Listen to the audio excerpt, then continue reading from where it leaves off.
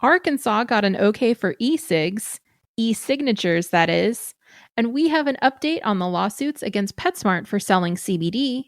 And if you were thinking about escaping this planet, you'll want to make sure you can have your cannabis and coffee in space first, right? Right. So keep listening. It's Tuesday, June 9th, and this is your Trichomes Morning Buzz. Broadcasting live from the TRICHOMES.com studios in Southern California. It's time for your Morning Buzz. We bring you late-breaking news that keeps you up to date with what's happening in the cannabis industry. First up today, Arkansas is allowing the collection of e-signatures for a cannabis legalization campaign. A report from Ganjapreneur says the Arkansas Supreme Court has ruled that cannabis legalization activists can collect petition signatures electronically as a part of their campaign to put the question to voters in November. The ruling comes after state officials shut down the signature gathering process for petitions in the state amid the coronavirus pandemic.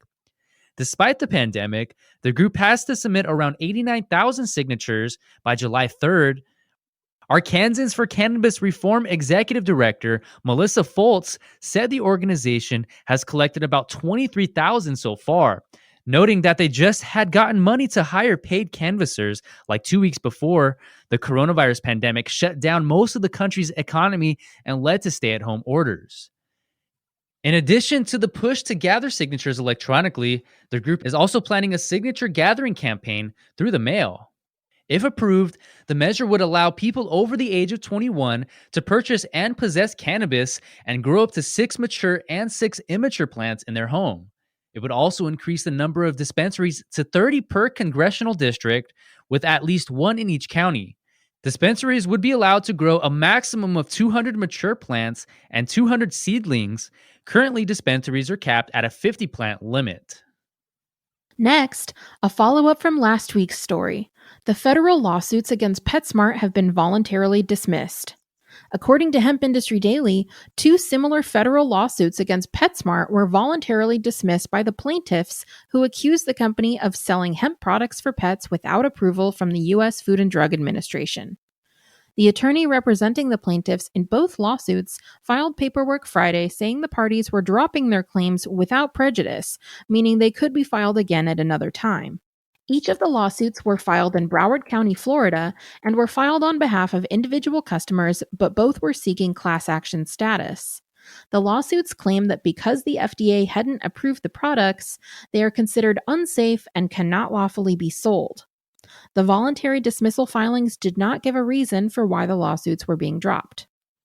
Last up today, you might remember a few months back when there was a story that hemp and coffee were being taken to space for a study. We have an update. According to Cannabis Business Times, Front Range Biosciences, in partnership with Space Cells USA Inc. and Bioserve Space Technology at the University of Colorado Boulder, sent samples of hemp and coffee aboard the March 6th SpaceX CRS-20 cargo flight to the International Space Station, where the tissue cultures were housed in a temperature-regulated incubator for 31 days under the care of U.S. ISS astronauts. Now, the Front Range Biosciences team is regenerating and growing out the tissue cultures, examining the plants to see how microgravity and the various stressors the samples experienced have altered the cell's culture's gene expression. It will take anywhere from 6 to 24 months to produce a viable plant from the tissue cultures, according to Front Range Biosciences CEO, Dr. John Vaught, and the team isn't quite sure what it will discover through this project. This was really the first experiment on coffee and hemp plant cells like this, so it's definitely what I would consider an early-stage research project, meaning we're not sure what we're going to see, Vaught tells Cannabis Business Times and Hemp Grower magazine. We're trying to cast the net wide and see what happens to the underlying biology of these plants in this format when they go into zero gravity and the space environment in low orbit where the space station sits. Currently, sequencing studies on the plant are underway, and Vaught hopes to have data to report within the next few months.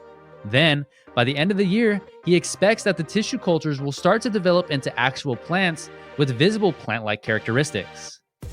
That was today's Buzz. If you have a comment on any of the stories in today's show, join the cannabis community on trichomes.com to share your thoughts.